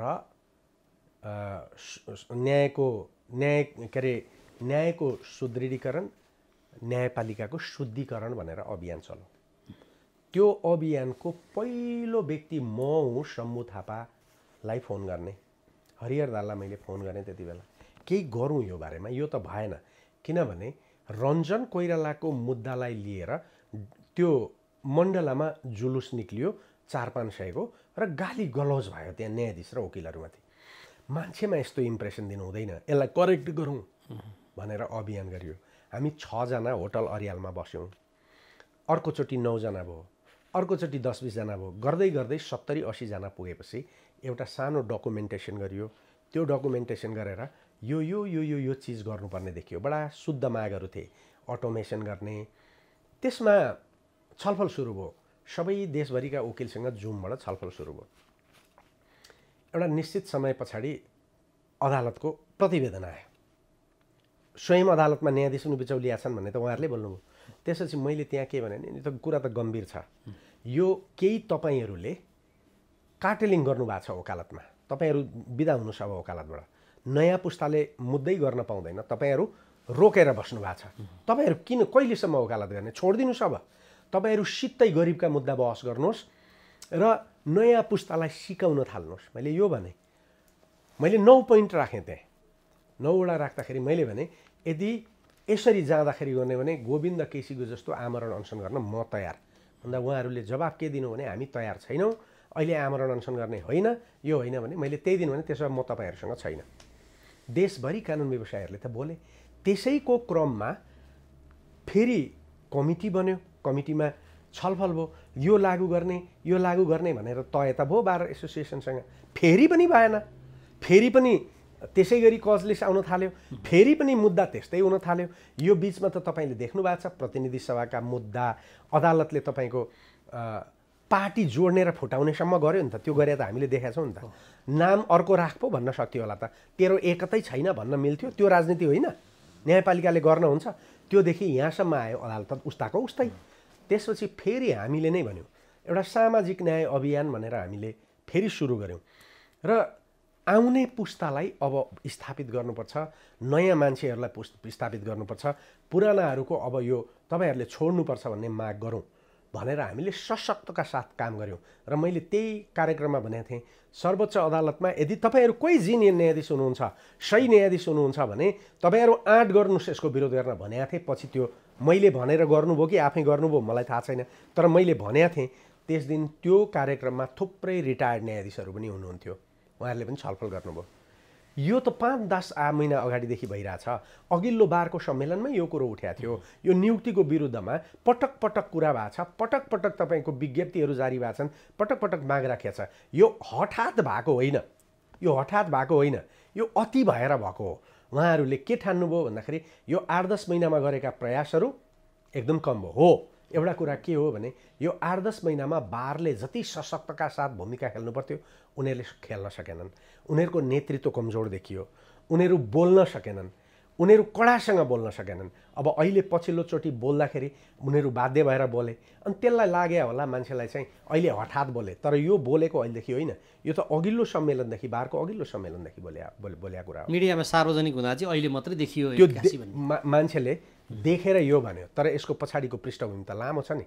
त्यसैले चिनिया दार्शनिकहरूले के भन्छन् भन्दाखेरि तिमीले अगाडि देखेको पहाडको टुप्पो, त्यो पहाडको टुप्पो मात्रै छैन, त्यसको फेद पनि छ, त्यो फेदभन्दा तल खेत पनि छ, त्यो खेतदेखि तिमीसँग जोडिएको जमिन पनि जोडिएको छ। त्यसकारण समष्टिमा आएर एक्लो एउटा पहाडको टुप्पोलाई नै हेर गल्ती हुन्छ भन्छन् उनीहरूले। समष्टिमा अहिले हामीले हेर्नु पर्यो, संविधानलाई गलत बनाइरहेको छ। यसमा 3 खालको तत्त्व इन्भल्भ छ। यो संविधानलाई असफल घोषित गरेर देशलाई बर्बाद गर्ने विदेशीहरूको खेल पनि छ। यहाँ विदेशीहरू डेफिनेटली खेलिरहेछन्। अर्को एउटा यो संविधान यता पल्टिँदा त उता पल्टिँदा मौका लिनेहरूको पनि शक्ति ठुलो छ। अनि अर्को त्यसभित्र बसेर धमिलो पानीमा माछा मार्ने, ओके, यही बेला घुस खानेर घुस खुवाउनेको सङ्ख्या पनि ठुलो छ। यो 3वटाले देशको लोकतन्त्र र न्यायपालिका समाप्त पारिराखेको स्थिति हो। डाक्टर साहब एकदमै सही र सटिक जवाफ दिनुभयो। जस्तो संसद चल्न सकेका छैन, अब कार्यपालिकाको त अहिले प्रदेशको त्यो देखिहालिएको छ विकृति, न्यायपालिका त सकि नै हाल्यो। अब मैले पहिले भनेको थिएँ नि, तपाईँलाई इन्टरप्ट गरेँ। मैले पहिले के भनेको छु भने जुन देशको संस्कृति समाप्त पारिन्छ त्यो देशलाई आक्रमण गर्नु पर्दैन। एक, हाम्रो संस्कृति 20 वर्षदेखि धाराशायी पारिएको छ। एक, दोस्रो कुरो, राज्यका अङ्गहरूलाई निष्प्रभावी बनाइदिएपछि राजनीति विशृङ्खलित हुन्छ। विशृङ्खलित राजनीतिमा मानिसको दिमाग बिग्रिन्छ। दिमाग बिग्रिएको नागरिकले देशको संरक्षण गर्न सक्दैन। अहिले पहिला त कार्यपालिकालाई समाप्त पार्यो। कार्यपालिकाभित्र कहिले सिआइएले खेल्ने, कहिले रले खेल्ने, कहिले कसले खेल्ने, कहिले यो तपाईँलाई मैले भन्नु पर्दैन हैन। पुस्तकहरू नै सार्वजनिक छन्। कसले कसैलाई लेखा छन्, कसले लेखा छन्, सबै कुरो छ। त्यसपछि व्यवस्थापिकामा आक्रमण गरियो। व्यवस्थापिका सुदृढ बनेर आएको थियो। फेरि त्यसपछि उसले गरेनन् मलाई थाहा छैन, तर महराको पालाबाट व्यवस्थापिकामा सुरु भयो। महरालाई हटाइयो। त्यसपछि को नियुक्ति र को ननियुक्ति भनेर यत्रो गयो। त्यसपछि अहिलेसम्म यहाँ आउँदा व्यवस्थापिका निष्प्रभावी र अहिले पछिल्लो समय व्यवस्थापिकामा नारा र जुलुस बाहेक केही पनि हुँदैनन् हैन। व्यवस्थापिका डिसफङ्सनल भयो। यी दुईटा संस्थाहरू 2052 सालदेखि डिसफङ्सनल भएका हुन्। तर न्यायपालिका बच्या थियो। त्यसका न्यायपालिकाले पटक पटक जानेर नजानेर कहिले गलत कहिले सही गर्दै स्ट्रिम ल्यायो। विदेशीहरूले के देखे भन्दाखेरि यिनीहरूको न्यायपालिका नमारेसम्म यो देश पूर्ण रूपमा अराजक बनाउन सकिँदैन, जातिवाद सृजना गर्न सकिँदैन, धार्मिक द्वन्द्व सुरु गर्न सकिँदैन र यहाँ बसेर खेल्न सकिँदैन भन्ने खालको कुरो उनीहरूले देखे। त्यसकारण जुडिसियरीमा आक्रमण गरे र जुडिसियरी त्यसको हो। त्यसकारण मैले वकिलहरूलाई भनिरहेको छु, तपाईँहरू गहिरो विश्लेषण गरेर यी सब गरिरहनु भएको छ कि छैन। तपाईँहरूले गरेका कुरा ठिक छ, तर भयङ्कर भित्र विश्लेषण गर्नुभएको छ को खेलिरहेछ। अनि यहाँले अघि भन्नु पनि त्यो सेतो लाउने पहेँलो लाउने केले यो विश्लेषण गरिरहेछ। देश कहाँ छ? तर पनि मैले भन्ने गरेको छु, देश मर्दैन। हेर्नुहोस्, यो देश 3700 वर्ष पुरानो छ। संसारमा यो मात्रै थोरै देशमध्येको एउटा देश हो जसको 3700 वर्ष इतिहास छ। अघि मैले भर्खर मेरा विद्यार्थीलाई पढाएर आएँ। मैले के भने भन्दाखेरि जुन देश हाम्रो पाटनको दरबार भैँचालोले लडाएर रिनोभेट गर्दा भर्खर बन्दै थियो, अमेरिका, त्यो देशमा जाँदा तिमीलाई गौरव हुन्छ। म त यो देशमा गौरव मान्छु, किनभने मेरो देशको इतिहास 3700 वर्ष पुरानो छ। हामीले 1765 मा ब्रिटिसहरूलाई सिन्धुलीगढीमा हटायौँ।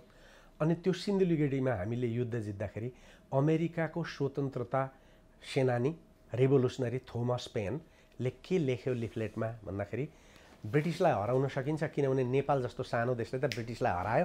त्यसकारण हामी के हेरेर बसेका छौँ भन्यो, हाम्रो इन्सपिरेसनबाट ब्रिटिसलाई अमेरिकामा हरायो। त्यो महान इतिहास भएको देश हो, हट्दैन। उहाँहरूले नसकेका दिन त हामी निक्लिन्छौँ नि त। डाक्टर साहब, अन्तिममा छौँ। यो सबै नीतिहरूको मूल नीति राजनीति, अब यो सुध्रिएन भने देशै रहेन। डाक्टर साहबले प्रश्न पारिहाल्नुभयो। तर यति बेला यसलाई सुधार्ने क्रममा चाहिँ यत्रो वर्ष लडियो, यत्रो मानिसहरूको शहादतबाट प्राप्त गरिएको यो संविधान होइन। अब कतिपयले त 7 सालदेखि नेपालीको सपना बल्ल पुरा भयो भनेको थिए त्यति बेला संविधान जारी गर्दा। यो संविधानमा यो मूल व्यवस्थामै त्रुटि रहेछ नि डाक्टर साहब, होइन? कसरी हेर्नुहुन्छ त्यसलाई? संविधान जीवित एउटा दस्तावेज हो। जति बेला बनाइन्छ त्यस दिनको समस्या हेरेर लेखिन्छ। त्यसले 5 वर्ष पछाडि आज चोलेन्द्र शमशेर राणा प्रधान न्यायाधीश हुन्छन्, आज गठबन्धनको सरकार हुन्छ, केपी ओलीले प्रतिनिधि सभा विघटन गर्छन् भनेर देखाएको थियो र त्यति बेला? संविधानले गाली गर्ने होइन नि। संविधानलाई त त्यसको कार्यान्वयनलाई सफल बनाउँदै सही ढङ्गबाट व्याख्या गर्ने हो। म के भन्छु, राजावादीहरूलाई थुप्रै टेलिफोनमा कुरा हुन्छ, म भन्छु राजा ल्याउँछौ भने पनि यही संविधानभित्रबाट ल्याऊ। जुन देशमा जनता दह्रो हुन्छ तब न राजा दह्रो हुन्छ। अनि जनता चाहिँ कमजोर भएर आएका राजाले के चाहिँ गर्नु? यहाँ जनता दह्रो नपार्ने राजा आएर दुनियाँ हुन्छ। पहिला जनता दह्रो पार न राजा, अनि त्यसपछि मैले तपाईँहरूलाई दह्रो पारेँ म आउँछु अब भन्नुहोस्, त्यसपछि होला नि धेरैले सुन्ने। जनता मरोस् कि खाओस्, बाँचोस् कि नबाँचोस् मतलब छैन। राजा ल्याऊ, जुलुस निकालेर मोटरसाइकल चलाएर राजा आउने हो र? जनता दह्रो भए देश रहन्छ, जनता दह्रो भए देशको व्यवस्था र शासन रहन्छ। राजा आए राजा पनि रहन्छ, राजा दह्रो भएर देश रहँदैन। त्यसो भएदेखि त ज्ञानेन्द्र त भयङ्कर डरा थिए नि त त्यति बेला। किन नरहेको त? यो इतिहास त छ। एक दोस्रो कुरो मैले के भन्ने गरेको छु भन्दाखेरि इतिहासलाई हेरेर अहिलेको व्याख्या गर्ने हो, इतिहासबाट नियन्त्रित हुने होइन। इतिहासका गल्तीहरू हेरेर अहिले व्याख्या गर्ने हो र अहिलेको व्याख्या आजको समस्या समाधानको लागि होइन, 15 वर्ष पछाडि देश कहाँ जाने हो भनेर गर्ने हो। ओके, त्यसलाई त्यो हेरेर गर्नुपर्छ। त्यो पनि भएको छैन। अब त्यसो गर्दाखेरि के भन्दाखेरि देश बनाउने हो भने असल मान्छेहरू अगाडि आउनु आवश्यक छ। अब त्यो असल मान्छेहरू आउने दुईटा प्रक्रिया छ। यति इतिहास भइसकेपछि त राजनैतिक पार्टीभित्रका असल तपाईँहरू हुनुहुन्छ भने आउनुहोस् न। असल भएर आएर हामीले गल्ती गरेका थियौँ भनेर माफ माग्दै जनतालाई लिएर जानुहोस्, तपाईँहरूलाई सबैले स्वागत गर्छन्। यदि तपाईँहरू आउनु भएन भने विकल्प मान्छेले निर्माण गर्छ, देश सेदिँदैन। त्यसकारण अहिले मानिस किन विकल्पमा आइरहेको छैन? अझै पनि मान्छेलाई के आशा छ भने यिनै राजनैतिक पार्टीभित्र जसले 7 सालदेखि लडेर आछन्, यिनीहरूमा कोही न कोही त राम्रो निक्लिएर केही गर्ला नि भन्ने विश्वास अझै पनि सिद्धिसकेको होइन। तर यस्तै हुँदै गयो भने केही समयमा सिद्धिन्छ। त्यसपछि उहाँहरूले इतिहासको मौका पाउनुहुन्न। अहिले पहिलो र दोस्रो पुस्ताका नेताहरू अहिले यो प्रश्न किन सान्दर्भिक छ भने राजनीतिक दलहरू यो उनीहरूको अधिवेशनको क्रममा छन्। अधिवेशनले नेतृत्व र एजेन्डा स्थापित गर्छ। यी अहिलेका जति हामीले देखेका छौँ सोसाइटीमा देखिएका नेता र नेतृत्व, उनीहरूबाट समस्या समाधान हुन सक्ला? दोस्रो पुस्ताका मान्छेहरूले आफ्नो हैसियत आफै समाप्त गरे। एउटा त उनीहरूले हिजो बनाएका विधानहरूमा आफू युवा हुँदै देशको शासनमा पुग्ने कुरै हेरेनन्।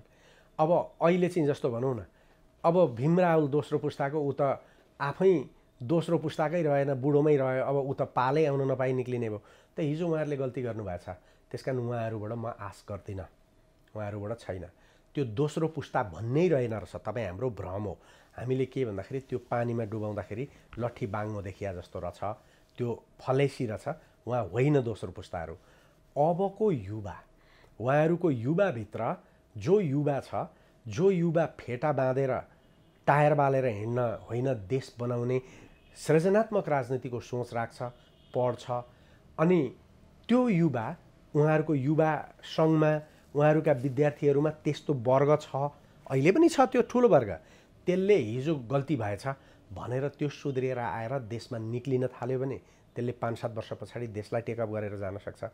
त्यो निक्लिएन भने त्योभन्दा बाहिरको युवाले देश त भोग्नै पर्छ, अर्को विकल्प छैन। हेर्नुहोस्, हामीले जुन समस्या भोगिराखेका छौँ त्योभन्दा विकराल समस्या संसारमा अरू देशमा पनि थिए। र अहिले जुन समस्या देशले भोगिराखेका छ, 1814 र 16को बेला ब्रिटिसले आक्रमण गरेको बेलाको, कोत पर्वको बेलाको, त्यसपछि 2007 सालको बेलाको, 2015, 16, 17 सालको बेलाको जति कठिन समय अहिले होइन। त्यसकारण किन पनि होइन भन्दा हिजो मान्छे पढेका थिएन, आज त हजारौँ मान्छेहरू पढेका छन्, हजारौँ तटस्थ मान्छेहरू छन्, हजारौँ मानिसहरू विभिन्न तरिकाले विश्लेषण गर्न सक्छन्। त्यसकारण उनीहरूले देशलाई जोगाउँछन्।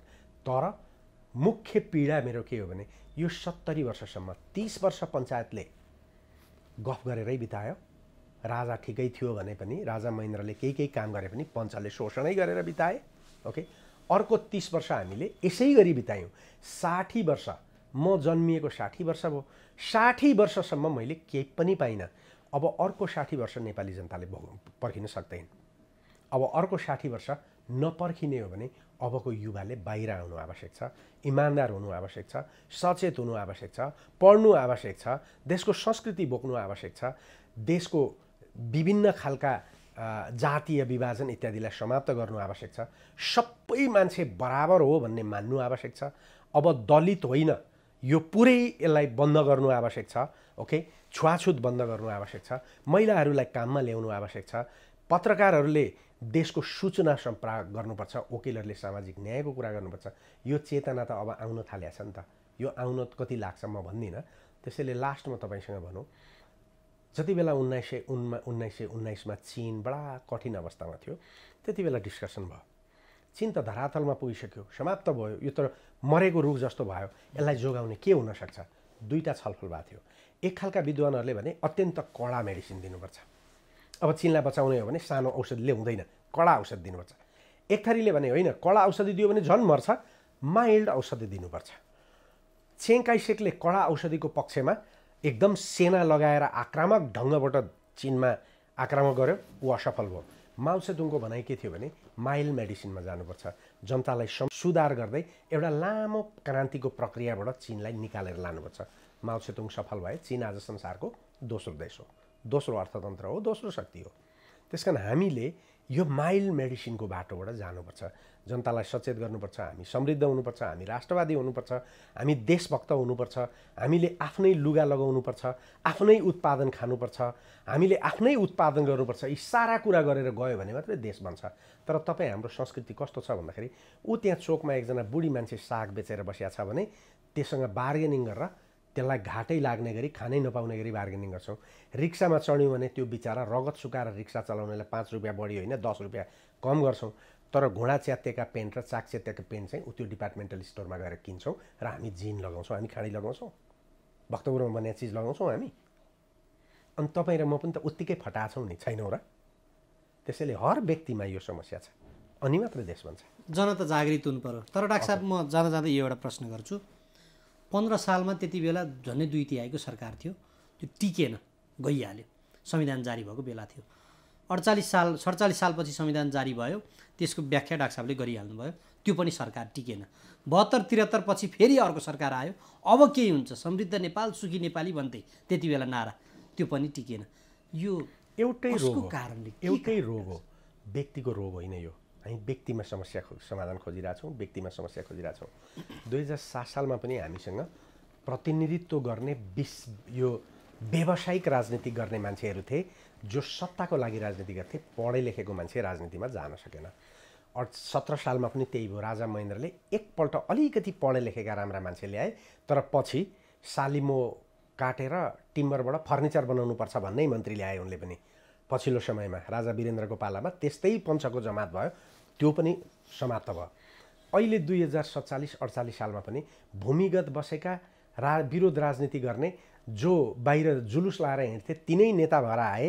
उनीहरूले विज्ञहरूलाई बाहिर फ्याँके, विज्ञहरूलाई नजिक आउन दिएन, हाइपोक्राइट्सहरूलाई पदमा लगे, चाकरी गर्नेहरूलाई पदमा लगे र अहिले न्यायाधीशका नियुक्तिमा कस्ता लगे त्यही बुझिहाल्नुहोस् न। त्यसैबाट समाप्त भयो। अहिले पछिल्लो समय यो 72को संविधान आइसकेपछिको निर्वाचनमा पनि कति मान्छे विशेषज्ञहरू संविधान प्रतिनिधि सभामा पुगे। फेरि पनि होला उहाँहरू बडा राम्रो अङ्ग्रेजी बोल्नु होला, राम्रो अनुभव होला, तर विज्ञता अनुभव र उमेरले अङ्ग्रेजी बोल्न जानेर हुँदैन। साइन्टिस्ट चाहिन्छ अहिले देश शासन गर्न। चिनियाहरू किन सफल भए? तपाईँलाई एउटा इक्जाम्पल दिउँ। मैले चिनियाहरूलाई सोधेको थिएँ, अमेरिकनहरूको पनि यही हो। अमेरिकाले हार्वर्डमा टप गरेको मान्छेलाई तुरुन्तै लगेर जब गराउँछ। ओके, चिनियाहरूले त्यही अमेरिकनहरूको सिके। उनीहरूले के भन्थे भन्दाखेरि उनीहरूको युनिभर्सिटीमा टप मोस्ट गर्ने विद्यार्थी त्यो युनिभर्सिटीको विद्यार्थी सङ्गठनको सचिव हुन्छ अरे। त्यसले केही पैसा पनि पाउँछ, तलब पनि पाउँछ। अनि त्यो भएपछि ऊ कोसँग लोयल हुन्छ? कम्युनिस्ट पार्टीसँग लोयल हुन्छ। देशको सबैभन्दा राम्रो मान्छे जति लोयल हुँदै कम्युनिस्ट पार्टीमा गएपछि देशका सबैभन्दा राम्रा विज्ञहरू जति कहाँ छन्? कम्युनिस्ट पार्टीमा। सी जिनपिङले त बोल्ने र निर्देशन दिने हो नि। हेर्नुहोस् त कस्ता कस्ता विशेषज्ञहरूले चीन चलाइरहेछन् आज। अमेरिकाले टक्कर गर्न नसक्ने अर्थशास्त्री छन्, त्यस्ता वैज्ञानिक छन्। अमेरिकासँग सोधेर रकेट पठाएर चीनले चन्द्रमा बिग वैज्ञानिक त्यस्ता निकाले, शिक्षा परिवर्तन गरे। हाम्रो राजनीतिको समस्या विज्ञहरूलाई राजनीतिमा आउन नदिने, पार्टीसँग नजिक भएका विज्ञहरूलाई लखेट्ने, हाइपोक्राइट्सहरूलाई लिने, विज्ञता नलिने कारणले हो। तर अबको राजनीतिले यो बुझेको छ। अब विज्ञहरू एक्सपर्ट्सहरू अगाडि जान पाएनन् भने हुँदैन। किन मोदी सफल छ? मोदीले विज्ञहरूलाई ल्याए, मोदीले प्रोफेसनल व्यवसायीहरूलाई स्थान दिएको छैन। हेर्नुहोस्, त्यही कारण अरूभन्दा मोदी। किन इन्दिरा गान्धी असफल भयो? इन्दिरा गान्धीले विज्ञ होइन, प्रोफेसनल राजनीतिज्ञहरूले। अहिलेका पार्टीहरूले अहिले हेर्नुहोस् त, अहिलेको गठबन्धन सरकारमा डक्टर छ स्वास्थ्य मन्त्रालयमा, वकिल छ कानुन मन्त्रालयमा, पर्यावरण जानेको मान्छे वैज्ञानिक छ शिक्षा मन्त्रालयमा। उहाँहरूसँग छ यो संसार बदल्ने आइडिया। अनि कहाँबाट बदल्नुहुन्छ त उहाँले? त्यसकारण मेरो एकदम स्पष्ट धारणा छ, अब राजनीति परिवर्तन हुनुपर्छ। जनताले अब क्याबिनेट निर्वाचन गर्ने, यही संविधानमा संशोधन गरेर क्याबिनेट निर्वाचन गर्ने प्रणालीमा जानुपर्छ। मैले एकदम धेरै अध्ययन गरेर लेखिरहेको छु। प्रधानमन्त्री, रक्षा मन्त्री, गृहमन्त्री, अर्थमन्त्री र प्रधानमन्त्री निर्वाचित हुनुपर्छ र एउटा क्वालिफिकेसन तोकिनु आवश्यक छ अब उहाँहरूको। र उहाँहरूलाई प्रत्याह्वान गर्न नसक्दा जनताले फिर्ता बोलाउने सहितको अब संविधानमा व्यवस्था हुने आन्दोलन भनेको बौद्धिक आन्दोलन अब सुरु हुन आवश्यक छ। त्यसकारण यदि तपाईँले खोला एकदम जोडसँग बगेर आएको खोला तर्ने हो भने तपाईँले दुस्साहस गर्नु हुँदैन। खोला तर्ने विधि पत्ता लगाउनुपर्छ। या त फड्किहाल्नुपर्छ, या त हेलिकप्टर किनेर ल्याउनुपर्छ, या त डुङ्गा ल्याउनुपर्छ, या त पौडिन जान्नुपर्छ। तपाईँले केही पनि गर्नुहुन्न अनि त्यसपछि खोला तर्न सकिन भनेर रोएर वारीपट्टि बसेर अर्कालाई गाली गरेर हुँदैन। त्यसैले म भन्छु हाम्रा विज्ञहरूले केवल प्रतिक्रिया व्यक्त गर्ने होइन, टेलिभिजनमा समाधान खोज्ने हो। जसको सुन्यो प्रतिक्रिया मात्रै व्यक्त हुन्छ, सोलुसन आउँदैन। मेरो सोलुसनै हुनुपर्छ भन्ने छैन। तर मैले एउटा सोलुसन दिएँ, योभन्दा राम्रो अर्कोले ल्याउने हो नि त, कुरो त्यो हो नि। त्यसकारण देशको बुद्धिजीवी पनि प्रतिक्रियावादी भएको छ, क्रियावादी सृजनावादी भएन। त्यसकारण समस्या त्यहाँनिर पनि छ। त्यसकारण राजनीतिको समस्या त्यो पनि हो। डाक्टर साहब, अन्तिममा जाँदा जाँदै अमेरिकन सहायक विदेश मन्त्री यति बेला नेपालमा हुनुहुन्छ, भारतीय जनता पार्टीका प्रवक्ता नेपालमा हुनुहुन्छ, एमसिसीको विषय फेरि चर्चामा आएको छ। एमसिसी सही भइसकेपछि राष्ट्रघाती भयो भन्ने कुराहरू छ, डाक्टर साहबको यसमा भनाइ पनि छ। अब के भन्न चाहनुहुन्छ? एमसिसी पास गर्नुभयो भने जसरी 2047 सालमा नव उदारवाद ल्याएर देशको अर्थतन्त्र धाराशायी बनाउनु भयो। तपाईँलाई उदाहरण दिएर भनौँ, 1986 देखि 1984 नेपालको औद्योगिक विकासको वृद्धि दर 16% थियो। संसारमै थिएन त्यो। त्यति छोटो समयमा यति धेरै औद्योगिक प्रतिष्ठानहरू देशमा विकास भए। त्यो राजतन्त्रको पालामा पनि थियो र त्यो लोकतन्त्रको पालामा पनि थियो। तर एकदम घगडान ठुला अर्थशास्त्री रामशरण महर्जीले नव उदारवाद लाएर यो सबै फ्याँकिदिएपछि 2003 पुग्दा नेपालको औद्योगिकरण, उद्योग निर्माण हुने प्रक्रिया घटेर -6 पुग्यो। त्यसको परिणाम आज हो। उहाँहरू के गर्न चाहनुहुन्छ उहाँहरूले जिम्मा लिने हो। तर अस्ति म गाउँ गएँ, म हिँड्दै थिएँ बाटोमा, हामी केही साथीहरू थियौँ। मैले यो नाकमुनितिर यसो मास्क लगाएर सास फेर्न सजिलोस् भनेको थियो। एकजना हर्पेमा दुध बोकेर आएकी महिलाले यसो हेरिन्, नमस्ते तपाईँ एमसिसी सर होइन भनिन्। मैले हो भने, अनि कता हिँड्नुभयो त सर भन्नु। उता सहरमा बस्दा कुट्ने भए अनि यता आएको भने। मैले कसले कुट्छ ल त, एमसिसी पास गर्ने भोट माग्न आउनु। उहाँहरू के देख्दै हुनुहुन्छ, उहाँहरूले देख्नुहुन्छ इलेक्सनमा। मेरो भनाइ यति हो। जनताले बुझेको छैन नि कुरा के छ त्यसमा। संसारको कुन देशले आफ्नो देशको कानुनी व्यवस्था तल पारेर एग्रिमेन्ट गर्छ? कति लठैत र दासहरू रहेछन् यो देशमा, देशको स्वाभिमानलाई बेचेर विदेशी पैसा ल्याउने। संसार कुनै देश विदेशी पैसाले विकास भएको छ? लगाउनुहोस् न देशमा, कृषि उत्पादनमा मानिसलाई प्रेरित गर्नुहोस् न। मान्छेसँग पैसा छैन नेपालमा, सबै लगानी गर्ने ठाउँ नभएर 5 तले घर बनाएर बसेको छैन, समाप्त भएन देश। त्यो पैसा लगानी नगर, घर हामी बनाएर दिन्छौँ तिमीहरूलाई, तिमीहरू पैसा लगानी। यो देशमा खरबौँ खरब छ, देश 4 वर्षमा हुन्छ। केही दास मनोवृत्तिका मान्छेहरू के भन्छन्, यहाँ के भनेर आह्वान गर्छन्, 56 अरबले देश धनी हुन्थ्यो। आउन तर्क गर्न। देश धनी हुन जनताको प्रोडक्टिभिटी बढ्नुपर्छ, जनताले लगानी गर्ने चाहना राख्नुपर्छ र जनताको लगानीको सुरक्षा हुनुपर्छ। विदेशीको 56 अरबले देश धनी हुँदैन, दासता नबेच मान्छेको दिमागमा। मेरो भनाइ यही हो उहाँहरूलाई। हुन्छ डाक्टर साहब, म समयको लागि धन्यवाद र आभार व्यक्त गर्न चाहन्छु। जान जाँदै दर्शकहरूलाई के भन्न चाहनुहुन्छ भने कृपया। केही छैन, नडराउनुहोस्, देशभक्त बन्नुहोस्। यो देशमा बस्नु र यो देशको नागरिक हुनु गौरवको कुरो हो। तर अब हामीले हाम्रा पुस्तालाई समृद्ध देश दिने कमिटमेन्ट गरेर अगाडि जानुपर्छ। राजनीतिक पार्टीहरूको चेत खोलोस्।